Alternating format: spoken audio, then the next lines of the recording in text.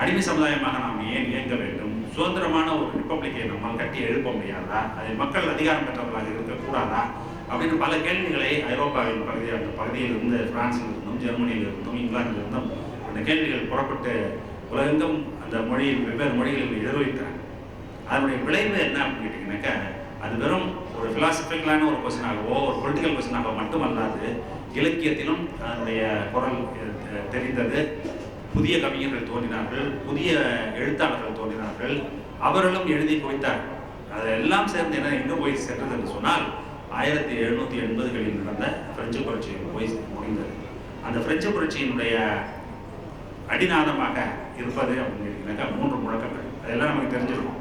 என்ன அப்படின்னு கேட்டிங்கனாக்கா, ஃபஸ்ட்டு லிபர்ட்டி, 2வது ஈக்குவாலிட்டி, 3வது ஃப்ரெட்டர்னிட்டி. இந்த 3ம் தான் என்னன்னாக்கா இந்த பிரெஞ்சு புரட்சியினுடைய அடிநாதமாக விளங்கியது. இப்போ லிபர்ட்டி என்று சொன்னால் என்ன அப்படின்னு கேட்டிங்கனாக்கா, லிபர்ட்டி என்பது சுதந்திரத்துக்கான ஒரு உரிமை. வெறும் சுதந்திரம் மட்டும் இல்லை, சுதந்திரத்திற்கான ஒரு உரிமை. அதுதான் வந்து லிபர்ட்டி அப்படிங்கிறது. இந்த ஈக்குவாலிட்டி அப்படிங்கிறது என்னன்னு கேட்டிங்கன்னா, அந்த லிபர்ட்டி வேண்டும் என்று சொன்னால் என்ன வேணும் அப்படின்னாக்கா, ஒவ்வொருவரும் மனித குலத்தில் இருக்கும் ஒவ்வொருவரும் சமமாக நடத்தப்பட வேண்டும் அப்படிங்கிற ஒரு பேர் ஆவல். ஏன் அந்த ஆவல் வருது அப்படின்னா, அதுக்கு முன்னாடி அந்த மாதிரி இல்லை. அதனால தான் அந்த பேர் ஆவல் மனிதனுக்கு தோன்றுகிறது. நான் ஏன்டா ஒருத்தருக்கு அடிமையாக இருக்கட்டும், நீ ஏன்டா நீ ஏன் ஆள்பவனாக இருக்கட்டும், நாங்கள் தேர்ந்தெடுத்துக் கொள்கிறோம். எங்களை ஆள்பவன் யார் என்பதை நாங்கள் தேர்ந்தெடுத்துக் கொள்கிறோம். 3வது ஃப்ரெட்டர்னிட்டி. ஃப்ரெட்டர்னிட்டி என்று சொன்னால் அந்த சகோதரத்துவம், அதுவும் வந்து வேணும். 3 இருந்த ஒருங்கே அமையப்பெற்றால் மட்டும்தான் என்ன செய்ய முடியும் அப்படின்னாக்கா, இந்த மாடர்ன் உலகத்தை நம்மால் கட்டி எழுப்ப முடியுங்கிற ஒரு பெருத்த ஆவலின் விளைவாக தோன்றியது தான் அந்த மாடர்னிட்டி அப்படிங்கிறது. மாடர்னிட்டி ப்ராஜெக்ட் அப்படிங்கிறது வந்து ஒரு பொலிட்டிக்கல் ப்ராஜெக்ட் மட்டும் இல்லை. அது வந்து சயின்ஸு, டெக்னாலஜி, ஆர்ட்டு எல்லா ஃபார்ம்லேயும் வந்து அது நம்ம ரிலிஜன் எல்லாத்துலேயும் அதனுடைய தாக்கம் இருந்தது. அப்போது இந்த பிரெஞ்சு புரட்சியுடைய விளைவு என்ன பார்த்தீங்கன்னாக்கா, அமெரிக்கா சுதந்திர போர் முடிந்த பிறகு இந்த லிபர்ட்டி, ஈக்குவாலிட்டி, ஃப்ரெட்டர்னிட்டி தான் அவர்கள் கொள்கையாக அறிவித்துக் கொண்டார். அதற்கு பிறகு எத்தனையோ நாடுகள் வந்து மக்களாட்சியை நோக்கி நகர்ந்த பொழுது அவர்கள் எல்லோரும் பெரும்பாலானவர்கள் கை கொண்ட முழக்கம் என்ன அப்படின்னா, லிபர்ட்டி, ஈக்குவாலிட்டி அண்ட் ஃப்ரெட்டர்னிட்டி அப்படிங்கிறது தான். அப்போது இந்தியாவின் நிலை என்னவாக இருக்கிறது? இந்தியாவின் நிலைக்கு மாடர்னிட்டிக்கு எந்த விதமான தொடர்பும் கிடையாது. ஏன் கிடையாது அப்படின்னா, முதல் விஷயத்தை எடுத்துக்கொள்வோம். ஈக்குவாலிட்டி ஃபஸ்ட்டு வந்து லிபர்ட்டி. இங்கே லிபர்ட்டி இருந்ததா அப்படின்னு கேட்டிங்கனாக்கா, மன்னராட்சி இல்லாமல் இருக்கலாம், மக்களாட்சி இருந்தாலும் கூட, மக்களாட்சி தோல்வதற்கு முன்னால் நான் சொல்கிறேன், மக்களாட்சி வந்த பிறகும் அதுதான் நிலை. என்ன நிலை பார்த்தீங்கன்னாக்கா, லிபர்ட்டி என்பது இருக்கிறதா அப்படிங்கிறது தான் ஒரு கேள்வி. அந்த கேள்வியை உடைத்து பார்த்தால் என்ன வரும்? ஆமாம் இருக்கிறது என்று நீங்கள் சொல்லலாம். எப்படி சொல்லுவீங்க அப்படின்னா, எலெக்ஷன் வருது, நம்மளாம் ஓட்டு போட்டுருக்கோம், அது வந்து லிபர்ட்டியா? அது லிபர்ட்டியா? வாழ்வதற்கான உரிமையா, உங்களுக்கு சுதந்திரத்திற்கான உரிமையா? அப்படி என்றால் நமது படிக்கட்டு அமைப்புறையில் தோன்றிருக்கக்கூடிய இந்த சாதிய கட்டமைப்பு இருக்குல்ல, அந்த சாதிய கட்டமைப்பில் கீழ்ப்படியில் இருப்பவர்களுக்கு அந்த சுதந்திரம் இருக்கிறதான ஒரு கேள்வியை கேட்டீர்கள் என்று சொன்னால், அப்பொழுது தெரியும் உங்களுக்கு நம்மளுடைய லிபர்ட்டியினுடைய பொருள் என்னவென்று. அடுத்தது ஈக்குவாலிட்டி. அதற்கு நம்ம பிளட்டிலே நமக்கு ஈக்குவாலிட்டிங்கிறது கிடையவே கிடையாது, டிஎன்ஏ கிடையாது. இந்தியன் சிஸ்டத்துக்குள்ள என்ன கிடையாது, அந்த ஈக்குவாலிட்டிங்கிற கான்செப்ட் பொருளே கிடையாது. நான் சொல்லவில்லை.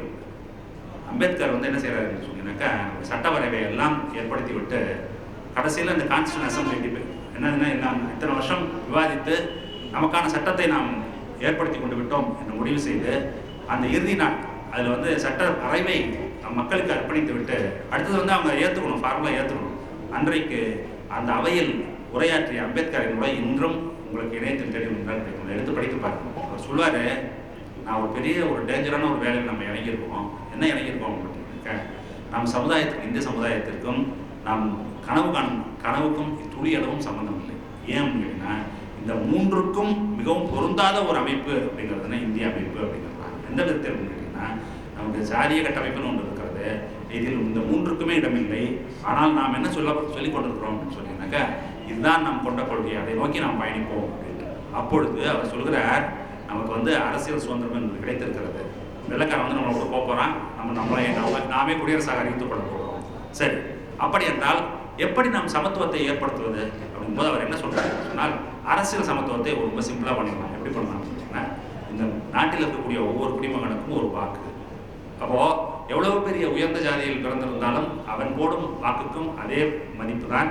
அதே மாதிரி அந்த சாதிய கட்டமைப்பின் கீழ் கடைக்கோடியில் அந்த படிக்கட்டினுடைய கீழ்ப்படியில் இருக்கிறார்களோ அவருடைய கீழ் யாருமே இல்லை என்ற சூழலில் இருக்கக்கூடிய அந்த மனிதன் அதிகக்கூடிய வாக்கு இருக்குல்ல, அதற்கும் அதே மதிப்பு தான். உயர்குலத்தில் பிறந்தவர் அளித்த வாக்கு அப்படிங்கிறதுனால அதுக்கு வந்து 10,000 மதிப்பும், அது கடைசியில் அளித்த வாக்கு அதனால் அதுக்கு 1 மதிப்பும் அப்படிங்கிறது கிடையாது. அந்த அரசியல் சுதந்திரம் அதைத்தான் சொல்கிறது, அரசியல் சமத்துவம் அதைத்தான் சொல்கிறது. ஆனால் அதை நாம் யுனிவர்சல் அடல்ட் ஃப்ரான்ச்சைஸ் என்று வயது வந்தோர் அனைவருக்குமான வாக்கு என்பதை உறுதி செய்வதன் மூலம் நம்ம அதை உறுதி செய்திருக்கிறோம். ஆனால் இது நமது அரசை, நமது குடியரசை காப்பாற்றுமா, இது நம் சுதந்திரத்தை காப்பாற்றுமா என்கிற கேள்வியை முன்வைக்கிறார். முன்வைச்சுட்டு அவர் சொல்கிறாரு, இது நம்ம ரொம்ப சுலபமாக செய்து விட்டோம், ஆனால் நாம் தீர்க்க வேண்டிய பிரச்சனை இன்றும் முக்கியமான 2 பிரச்சனைகள் இருக்கிறன. ஒன்று வந்து என்ன அப்படின்னு கேட்டீங்கன்னாக்கா, ஒன்று நமக்கு பொருளாதாரத்தில் சமத்துவம் வேண்டும். அதை விட மிக முக்கியமாக நமக்கு வேண்டியது என்னன்னாக்கா சமுதாயத்தில் சமத்துவம் வேண்டும், சமுதாய சமத்துவம் வேண்டும். அது ரெண்டும் நாம் வென்றெடுக்காத வரையில் சுதந்திரம் என்பதற்கும் சமத்துவம் என்பதற்கும் எந்த பொருளும் இல்லை அப்படிங்கிறதான் அவர் முன்வைத்த கருத்து. அப்படின்னு சொல்கிறாரு, நம்பிக்கை எடுக்க வேண்டாம் யாரும், நாம் அதற்கான முயற்சிகளை செய்வோம் அப்படின்ட்டு. ஆனால் நடந்தது என்ன அப்படின்னு பார்த்தீங்கன்னா, அதற்கு பிறகு என்ன நடந்தது அப்படின்னு பார்த்தீங்கன்னாக்கா, முழுக்க இவர்கள் வந்து ஒரு பொருளாதார வளர்ச்சி ஏற்பட்டு விட்டாலே இது ரெண்டும் வந்துவிடும் அப்படிங்கிற ஒரு மாய பிம்பத்தை கட்டியமைத்தார்கள். அதற்கு பிறகு என்ன நடந்தது அப்படின்னாக்கா, பொருளாதார வளர்ச்சி என்று சொன்னால் அரசு சார்ந்துதான் வளர வேண்டும் இல்லை, சந்தை சார்ந்தும் நாம் வளரலாம் அப்படிங்கிற ஒரு முடிவுக்கு வருகிறார்கள். அதற்கு பிறகு அந்த பயணம் எப்படி சென்று கொண்டிருக்கிறது என்பது உங்களுக்கு தெரியும். இப்பொழுது ஏற்பட்டிருக்கக்கூடிய இந்த ஏற்றத்தாழ்வு என்பது, இந்தியாவில் இருக்கக்கூடிய ஏற்றத்தாழ்வு என்பது உலக அளவில் 2வது மிகப்பெரிய மோசமான அளவில் ஏற்றத்தாழ்வை சந்தித்துக் கொண்டிருக்கிறோம். நாம் அதுதான் நம்ம வந்து செஞ்சுருக்கிறோம். அந்த பொருளாதார சமத்துவங்கிறது எங்கே போய் கொண்டிருக்கிறது? இப்போ சமுதாய சமத்துவம் என்ன ஆனது, சமுதாய சமத்துவம் என்ன ஆனது என்பதை நீங்கள் தினமும் பத்திரிகையில் பார்த்து கொண்டிருக்கிறார்கள். அப்போது நாம் எங்கு தோற்று கொண்டிருக்கிறோம் அப்படின்னு சொல்லிட்டுன்னா, நம்மால் என்ன செய்ய முடியவில்லை என்று சொன்னால், நம் மீது இந்த 2000 ஆண்டுகளாக 2000 ஆண்டுகளாக நம் மீது கட்டமைக்கப்பட்டுள்ள அந்த கொடூரமான ஒரு திட்டத்திலிருந்து நம்மை விடுவித்துக் கொள்ள முடியவில்லை. அப்படி என்றால் நமக்கு செயல் திட்டங்கள் இல்லையா? நம்ம என்ன செயல் திட்டங்கள் எல்லாம் இருக்கின்றன. எப்படி இருக்கின்றன? இந்த 100 ஆண்டுகளுக்கு முன்பு தமிழ்நாட்டில் வந்து ஒரு உரிமை குரலாக தோன்றியதுதான் ஒரு குரல். என்ன குரல் அப்படின்னாக்கா, நாங்கள் இதிலிருந்து விடுபட வேண்டும். எப்படி விடுபட போகிறீர்கள் அப்படின்னு கேட்கும்போது, நீங்கள் இதுவரை எதையெல்லாம் சொல்லிக் கொண்டிருக்கிறீர்களோ அதிலிருந்து நாங்கள் மாற்று கருத்தை முன்வைக்க போகிறோம். எப்படி முன்வைப்பீர்கள் அப்படின்னு சொல்லும்போது, நாங்கள் முதலில் கல்வி கற்க வேண்டும். எங்களுக்கு யாருக்கெல்லாம் கல்வி வாய்ப்பு மறுக்கப்பட்டுள்ளதோ அவர்களுக்கு கல்வி எங்களுக்கு அளிக்கப்பட வேண்டும். அடுத்தது கல்வியை எடுத்த பிறகு என்ன வேண்டும்? அடுத்தது வேலை வாய்ப்பில் எங்களுக்கு பங்கு வேண்டும். அதற்கு பிறகு அதிகாரத்தில் பங்கு வேண்டும். இந்த பயணம் வந்து 100 ஆண்டுகளாக தொடர்ந்து கொண்டிருக்கிறது. இந்த 100 ஆண்டு பயணம் அப்படிங்கிறது எதற்கான பயணம்? இதை ஜனநாயகம் என்பது என்ன அப்படிங்கிறது, நம்மளுடைய இந்த கோரிக்கைகள், இந்த போராட்டங்கள், இந்த கொள்கைகள், இது எல்லாம் எங்கிருந்து எடுக்கப்பட்டன அப்படின்னாக்கா, அந்த பிரெஞ்சு புரட்சியின் போது தோன்றிய அந்த 3 முழக்கங்கள் சொன்ன லிபர்ட்டி, ஈக்குவாலிட்டி அண்ட் ஃப்ரெட்டர்னிட்டி, அதிலிருந்து எடுக்கப்பட்டு நமது சூழ்நிலை என்னவாக இருக்கிறது என்பதற்கு தகுந்தால் போல் அவை மாற்றி அமைக்கப்பட்டு கேள்விகள் எழுப்பப்பட்டன. அந்த கேள்விகளுக்கு கிடைத்த விடைகள் தான் வந்து என்னன்னு கேட்டீங்கன்னாக்கா, இன்று நாம் வந்திருக்கக்கூடிய தூரம் அப்படிங்கிறது. இப்பொழுது நமது சென்ற வாரம் நமது அரசினுடைய, இந்திய அரசினுடைய ஒரு தலைமை பொருளாதார ஆலோசகர் அவர் வந்து சென்னையில் வந்து ஒரு மீட்டிங் வந்து பேசிட்டு போகும்போது சொல்கிறாரு, தமிழ்நாடு தனித்துவமாக தெரிகிறது. எதில் தனித்துவமாக தெரிகிறது அப்படின்னா, பொருளாதார வளர்ச்சியாக இருக்கட்டும், சமுதாயமாக இருக்கட்டும், எல்லாத்திலும் அது தனித்துவமாக தெரிகிறது. இனிமேல் நீங்கள் இந்தியாவில் இருக்கும் மாநிலங்களோடு உங்களை ஒப்பிட்டுக் கொள்ளாதீர்கள். நீங்கள் யாரோட ஒப்பிட்டுக் கொள்ள வேண்டும் அப்படின்னு சொன்னால், தென்கிழக்கு ஆசியாவில் இருக்கக்கூடிய பிற வளர்ந்த நாடுகளோடு உங்களை ஒப்பிட்டுக் கொள்ளுங்கள். அதேபோல் முடிஞ்சதுன்னா ஐரோப்பாவோட ஒப்பிட்டுக் கொள்ளுங்கள். அதை நோக்கி நீங்கள் பயணித்துக் கொண்டிருக்கிறீர்கள். அது மாதிரி பயணித்துக் கொண்டிருக்கும் பொழுது நீங்கள் இங்கு பின்தங்கி இருக்கக்கூடிய வட இந்திய பகுதிகளோடு ஒப்பிட்டுக் கொண்டு நாங்கள் முன்னில் இருக்கிறோம் என்று சொல்லிக் கொண்டிருக்கிறார்கள். அவர் சொல்கிறார், அது நல்ல அறிவுரைதான். ஆனால் நாம் என்ன செய்ய வேண்டும் என்று சொன்னால், அந்த இடத்திற்கு செல்ல வேண்டும் என்று சொன்னால், நாம் இன்னும் எப்படி வந்திருக்கிறோம், இன்னும் எங்கெல்லாம் செல்ல வேண்டும் என்கிற ஒரு கேள்வி நம் முன் வர வேண்டும். நம்ம வந்திருக்கிறது அப்படிங்கிறது வந்து பெருமைமிகு விஷயம்தான். எப்படின்னா, இந்தியாவின் 2வது மிகப்பெரிய பொருளாதாரமாக இருக்கிறோம், பல துறைகளில் முன்னணியில் இருக்கிறோம், கல்வியில் மிகவும் மேம்பட்டு இருக்கிறோம் அப்படின்லாம் சொல்கிறோம். எப்படின்னு கேட்டிங்கன்னா, இப்போ உயர்கல்வியில் படிப்பவர்களுடைய எண்ணிக்கை இவ்வளவு உயரத்தில் இருக்கிறது தமிழ்நாட்டில். மற்ற இந்திய சராசரியை விட 2 பங்கு அதிகமானவர்கள் இருக்கிறார்கள். இந்தியாவில் வேலைக்கு செல்லும் பெண்களிலேயே மிக அதிகமாக வேலைக்கு செய்யும் பெண்கள் இருக்கும் மாநிலமாக தமிழ்நாடு திகழ்ந்து கொண்டிருக்கிறது. தொழிற்சாலையில் பணிபுரியும் பெண்களில் மிக அதிகமான எண்ணிக்கையில் பணிபுரிபவர்கள் இங்கு தான் இருக்கிறார்கள். தொழிற்சாலைகளுடைய எண்ணிக்கை மிக அதிகமாக தமிழ்நாட்டில் தான் இருக்கிறது. அது சிறு குறு தொழிற்சாலைகள் எடுத்து பார்த்தீங்கன்னா அப்படித்தான் இருக்கிறது. இப்படி பல தொழில்களை எடுத்து ஒப்பிட்டு பார்த்தீங்கன்னு சொன்னால் பல துறைகளில் தமிழ்நாடு முன்னணியில் இருக்கிறது.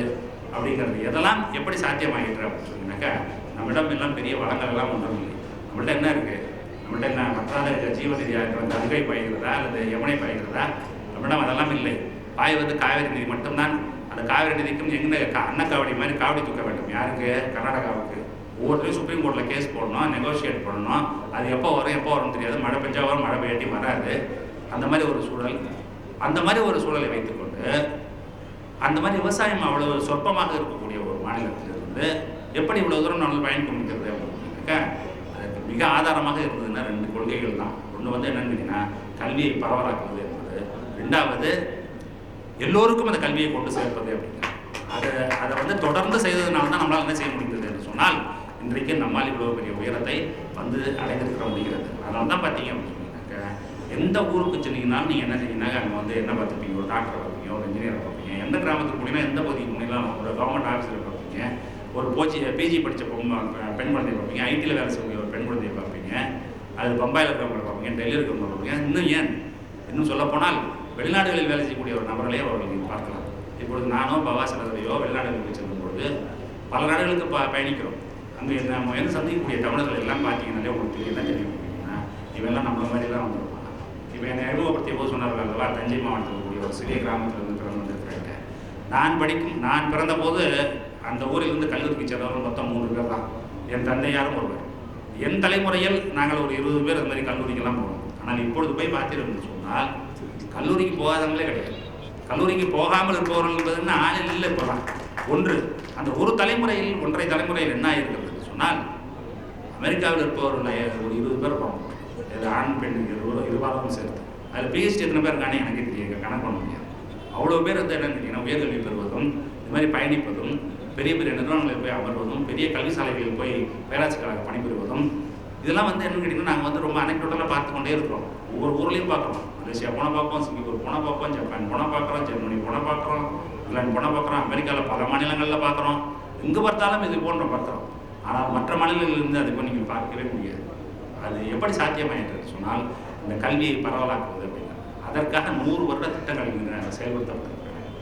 முதலில் 1920களில் இரட்டை ஆட்சி முறை தோன்றிய பொழுது அந்த சென்னை மாநகராட்சியை கைப்பற்றிய நீதி கட்சி என்ன செய்தது என்று சொன்னால், 1000 விளக்கு பகுதியில் இருக்கக்கூடிய சேரி பகுதியில் பள்ளிக்கூடத்தை திறந்த பொழுது அந்த பள்ளிக்கு வருவதற்கு மாணவர்கள் இல்லை என்ற போது சென்னை மாநகராட்சியின் மேயராக இருந்த பெட்டி தியாகராயர் என்ன பண்ணுறாங்கன்னு கேட்டீங்கன்னா, போய் அந்த பகுதியில் கேட்குறாரு, ஏன் நீங்கள் பிள்ளைங்கள்லாம் பள்ளிக்கூடத்துக்கு அனுப்ப மாட்டேங்கிறீங்க? அப்பொழுது அங்கே இருந்தவர்கள்லாம் சொன்னார்கள், இந்த பிள்ளைங்கள்லாம் அந்த வீட்டுக்கெல்லாம் வேலைக்கு போச்சுன்னா மத்தியானம் சோறு போட்டுருவாங்க, பள்ளிக்கூடத்துக்கு வந்தால் யார் சோறு போடுவா? பசியில் தான் வரணும். நான் சோறு போட்டால் வரீங்களா அப்படின்னு சொல்லும்போது, சரியா போடுறோம், வர்றோம், அனுப்புகிறோம் பிள்ளைங்க. இவர் வந்து பள்ளிக்கூடத்தை திறக்கும் அதிகாரம் இருக்கிறது, ஆனால் அதுக்கு உண்டான செலவை செய்யும் அதிகாரம் அவர்கள் இல்லை. இரட்டை ஆட்சி முறையில் என்ன பண்ணாங்க அப்படின்னு கேட்டிங்கன்னாக்கா, ஒரு சில அதிகாரங்களை லோக்கல், அதாவது இங்கே இருக்கக்கூடிய மக்களிடம் வழங்கிவிட்டு முக்கியமான அதிகாரங்களை எல்லாம் வெள்ளைக்காரர்கள் தான் கையில் வைத்திருந்தார்கள். ஒரு ஃபினான்ஸ் செக்ரட்டரி என்ன சொன்னார்னு சொன்னீங்கன்னா, நீங்கள் பள்ளிக்கூடத்தை தான் உங்களை நடத்த சொன்னீங்க தவிர சத்திரம் நடத்த சொல்லவில்லை. அதனால் அதுக்கு உண்டான பணத்தை எங்களால் அளிக்க இல்லாது, வேணும் நீங்கள் சொந்த காசுக்கு செலவு பண்ணீங்க சொன்ன பொழுது தியாகராயர் பெரும் பணக்காரராக இருந்தால் அவரால் என்ன செய்ய முடியும்? அவர் சொந்த காசு வந்து அந்த பள்ளிக்கூடங்களில் சோறு போடுவது என்பது நடந்தது. அதற்கு பிறகு விடுதலை கிடைத்த பிறகு அதே கதை தான் திரும்பவும் வந்தது. காமராஜர் வந்து பள்ளிக்கூடங்களை திறக்கிறார், மூடப்பட்ட பள்ளிகளை திறக்கிறார், ஆனால் ஆசிரியர்களை நியமிக்கிறார். ஆனால் மாணவர்கள் எண்ணிக்கை மிக சொற்பமாக இருக்கும் பொழுது அவர் அந்த கேள்வியை முன்வைக்கிறார், ஏன் மாணவர்கள் பள்ளிக்கு வரமாட்டேன் என்கிறார்கள் கேட்டபொழுது, உணவு தான் பிரச்சனை என்று சொன்ன பொழுது டெல்லியில் இருக்கக்கூடிய திட்டக்குழுவுக்கு செல்கிறார். அவங்கள்ட்ட சொல்கிறார், இந்த மாதிரி வந்து நாங்கள் பள்ளிக்கூடலாம் திறக்கிறோம், பிள்ளைங்கள்லாம் வரமாட்டேங்குது, சாப்பாடு போட்டால் வருவாங்க, ஏற்கனவே மெட்ராஸ் இதில் வந்து சிட்டியில் பண்ணி பார்த்துருக்காங்க, அந்த அனுபவம் இருக்கிறதுக்கு, அதனால் நீங்கள் அதற்கு எங்களுக்கு அனுமதி அளிக்க வேண்டும், அது மட்டுமல்லாது நிதி உதவியும் அளிக்க வேண்டும் என்று சொன்ன பொழுது 1920களில் இருந்த நிதி செயலாளர் இருந்த வெள்ளைக்காரர்கள் என்ன சொன்னார்களோ அதே தான் 1950களில் டெல்லியில் இருந்த நிதி செயலாளர்கள் சொன்னார்கள். காமராஜர் என்ன பண்ணிட்டீங்கன்னா, உங்களோட பள்ளியோடு தான் நடத்த சொல்ல, உங்களோட ஓட்டல் நடத்த சொல்ல அதனால் பணம் தர முடியாது. சென்னைக்கு திரும்பிய காமராஜர் என்ன பண்ணுறாரு அப்படின்னாக்கா, மாநில அரசு வந்து எவ்வளவு நிதி செலவு செய்ய முடியும் என்பதை கணக்கிட்டு வெறும் 60 கோடி ரூபாய் தான் அவர்களால் செலவு செய்ய முடியும் அந்த காலத்தில் இத்தனை பள்ளிகளுக்கு. அந்த 60 கோடியை பகிர்ந்தளித்து எல்லா பள்ளிகளுக்கும் கொடுத்து விட்டு மீதி பணத்துக்கு என்ன பண்ணுறது அப்படின்னா, உள்ளூரில் இருக்கக்கூடிய செல்வந்தர்கள் இருப்பாங்கள்ல, அவர்களிடமிருந்து நிதி உதவியை பெற்று இந்த உணவு திட்டத்தை நீங்கள் செயல்படுத்துங்கள் அப்படின்னு சொல்லி அவர் அதை அறிவிக்கிறார். அதற்கு பிறகு USAID என்று சொல்லக்கூடிய அமெரிக்க உதவி நிறுவனம் அவர்கள் அளித்த கோதுமை மாவிலிருந்தும் சோள மாவிலிருந்தும் சோயாபீன் எண்ணெயை கொண்டும் அந்த திட்டம் தொடர்ந்து செயல்படுத்தப்பட்டது. பிறகு 1977 அதுக்கு ஆட்சிக்கு வந்த எம்ஜிஆர் அவர்கள் என்ன பண்ணாங்க, அப்பொழுது நமக்கு ஓரளவுக்கு நிதி வசதி வந்து விட்டதால் தமிழ்நாடு முழுவதும் சத்துணவை அரசே முழு செலவில் ஏற்று நடத்தும் அப்படின்னு அறிவித்து முழு செலவுலையும் அரசு ஏற்று நடத்தணுங்கிறது அவருடைய ஆட்சி காலத்தில் நடந்தது. அதற்கு பிறகு கலைஞர் வரும்போது என்ன செய்கிறாருன்னு சொன்னால், அதில் முட்டையை அறிமுகம் செய்து இன்று வாரத்தில் 5 நாட்கள் முட்டை என்று மாறி இப்பொழுது அதுவும் போதாது என்று காலை உணவு திட்டம் என்ற ஒரு திட்டம் நம்ம இந்த புதிய ஆட்சி வந்த பிறகு அறிவிக்கப்பட்டு செயல்படுத்தப்பட்டது. இப்படி உணவுக்காக பிள்ளைங்க படிக்காமல் இருக்கிறது அப்படிங்கிற சூழ்நிலையை மாற்றம். இது போல் என்ன செய்கிறோம் அப்படின்னு கேட்டீங்கன்னாக்க, அந்த பள்ளிக்கல்வியை முடிப்பதற்கு எதெல்லாம் இடைஞ்சலாக இருக்கிறது என்பதை பார்த்து பார்த்து பார்த்து பார்த்து எப்படின்னு கேட்டிங்கன்னா, வசதி இருப்பவர்கள் வந்து என்ன செய்வாங்க, தானாகவே போயிடுவாங்க. அவர்களுக்கு எந்த விதமான ஆதரவும் தேவையில்லை, அவர்களை பார்த்துக்கொள்ள முடியும். ஆனால் எல்லோரும் வளர வேண்டும், எல்லோருக்கும் எல்லாம் கிடைக்க வேண்டும் என்று சொன்னால் யாருக்கு இதெல்லாம் இல்லையோ, என்னவெல்லாம் இல்லையோ அதையெல்லாம் பார்க்க வேண்டும். நமது கல்வித்துறை அலுவலர் பேசும்போது ஒன்று சொன்னாங்க. என்ன சொன்னாங்கன்னாக்கா, பஸ் பாஸ் கொடுத்தோம், சைக்கிள் கொடுத்தோம், செருப்பு கொடுத்தோம், பை கொடுத்தோம், ஜாமெட்ரி பாக்ஸ் கொடுத்தோம், புக்கு கொடுத்தோம், நோட்டு கொடுத்தோம், உணவு போட்டோம் அப்படின்ட்டு. இதெல்லாம் எதற்காக என்று சொன்னால், இது இல்லாமல் ஒருத்தர் நின்று விடக்கூடாது அப்படின்னு. இந்த நானும் பவாவும் சென்ற முறை ஃபெட்னாவுக்கு அமெரிக்காவுக்கு சென்றிருந்த பொழுது ஒருத்தர் வந்து என்னை பார்த்துட்டு என்ன சொன்னார், திடீர்னு நான் வெளியில் நின்று வெயில் குளிர் ரொம்ப உள்ள குளிர் வெளியில் வெயில் நின்றுருக்கோம். ஒருத்தர் ஒரு பையன் வந்தார், 9 வயசு இருக்கும். அவர் சொன்னார், இந்த மாதிரி நாங்கள் வந்து ஒரு துறையூருக்குள்ளே, நான் இங்கே திருச்சி பக்கத்தில் துறையூரை சார்ந்த பக்கத்தில் இருக்கக்கூடிய ஒரு கிராமம் இருக்குது. நாங்கள் அண்ணன் தம்பி 3 பேர். எங்கள் அப்பா ஒரு சிறு விவசாயி, 3 ஏக்கர் நிலம் இருக்கிறது. அது வானம் பார்த்த பூமி, எப்போ விளையான்னு தெரியாது.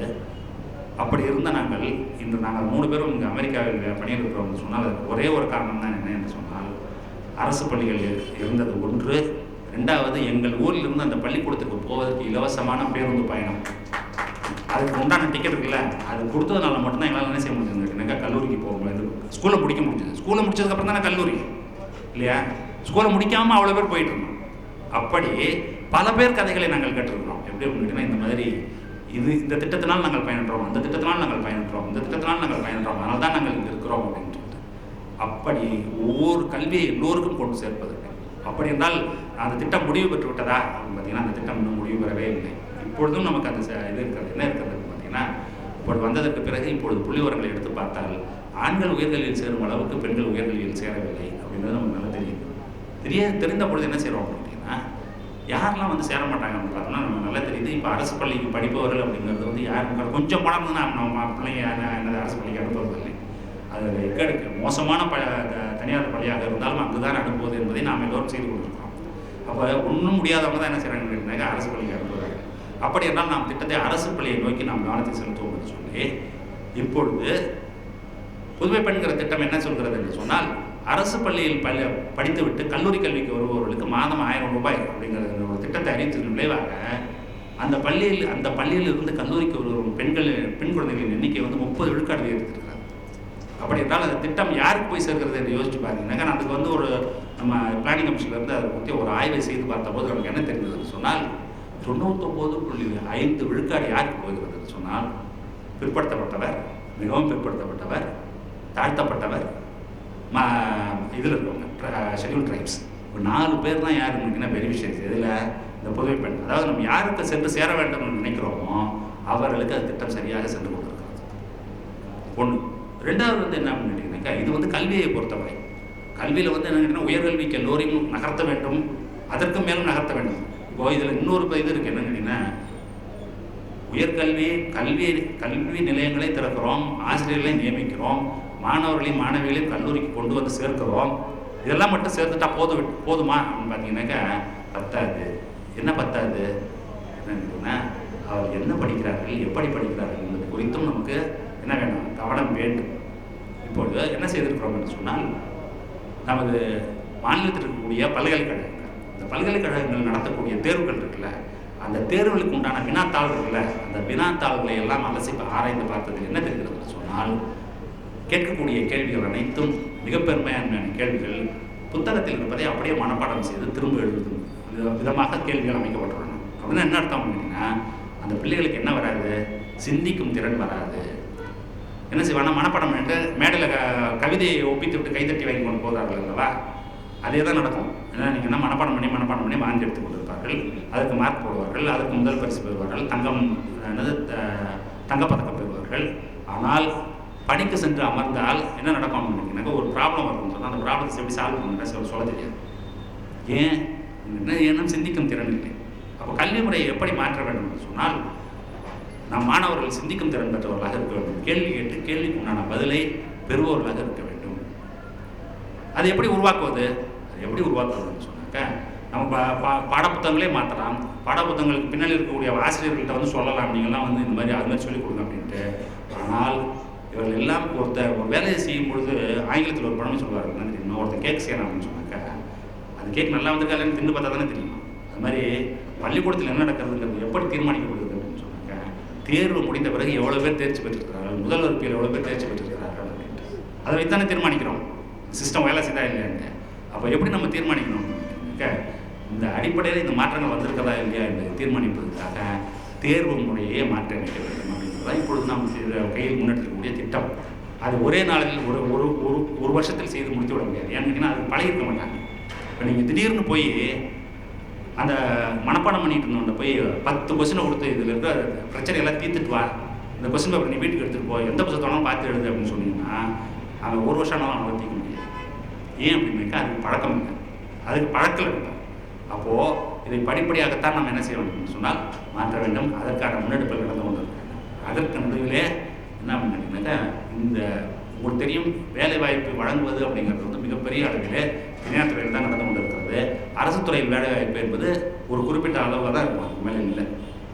மொத்தமாக பார்த்தீங்கன்னா தமிழ்நாடு அரசு எடுத்துக்கொண்டிருக்கிறது சொன்னால் மொத்தமாக இதில் பணிபுரிவர்கள் வந்து ஒரு 11 லட்சத்தில் 12 லட்சம் பேர் இருப்பாங்க. உண்மையில் பணிபுரிவர்கள், அதாவது இது சாங்ஷன் போஸ்ட், உண்மையில் பணிபுரிவர்கள் அப்படின்னு பார்த்தீங்கன்னா ஒரு 8 லட்சம் பேர் இருப்பாங்க. இதெல்லாம் சேர்த்து நம்ம எத்தனை கோடி பேர் இருக்கோம். அது மாதிரி இருக்கும் பொழுது மிகப்பெரிய வேலை வாய்ப்பு என்பது எங்கே இருக்கிறது சொன்னால் தனியார் துறையில் தான் இயங்கி கொண்டிருக்கிறது. ரெண்டாவது வந்து ஒரு காலத்தில் தனியார் துறை வேலை வாய்ப்பு தான் பெரிய அளவில் நம்ம மக்கள் விரும்பியும் சென்றார்கள். இப்போ அங்கே அல்லல் ஏற்பட்ட உடனே இப்போ அரசு துறை வேலைக்கு மறுபடியும் வந்து ஒரு பெரிய மவுசு வந்திருக்கிறது. இங்கே திரும்பி இங்கே வரேன்னு சொல்கிறாங்க. அதனால் அவ்வளோ பெரிய கடுமையான போட்டியெல்லாம் நிலவுகிறது. அப்போ தனியார் துறை வேலை வாய்ப்பு அப்படின்னு எடுத்துக்கொண்டு வரோம் சொன்னால் அது என்ன நடைபெறுகிறது சொன்னால், அவங்க வேலைக்கு எடுப்பதற்கு வருவர்கள் என்ன சொல்கிறாங்கன்னா, இதற்கு தகுதியானவர்களாக அவர்கள் இருக்கிறார்களாங்கிறது எங்களுக்கு சந்தேகமாக இருக்கிறது. அதான் அவர்கள் முன்னோக்கக்கூடிய கருத்து. என்ஜினியரிங் படிச்சிருக்கோன்னு சொல்கிறாங்கன்னு வச்சுக்கோங்க, அவன் ஃபேக்ட்ரி வச்சு நடத்திட்டு இருக்கான். மிஷினை உங்கள் கையில் கொடுப்பான். அந்த மிஷினை உங்களுக்கு என்ன செய்ய தெரியுமா? அதை ஆப்ரேட் பண்ண தெரியுமா? அதில் ப்ராப்ளம்னா சால்வ் பண்ண தெரியுமா? என் புத்தகத்தில் அதெல்லாம் இல்லைன்னு நீங்கள் சொன்னீங்கன்னாக்கா அவன் எப்படி உங்களை வேலைக்கு வச்சுக்குவான்?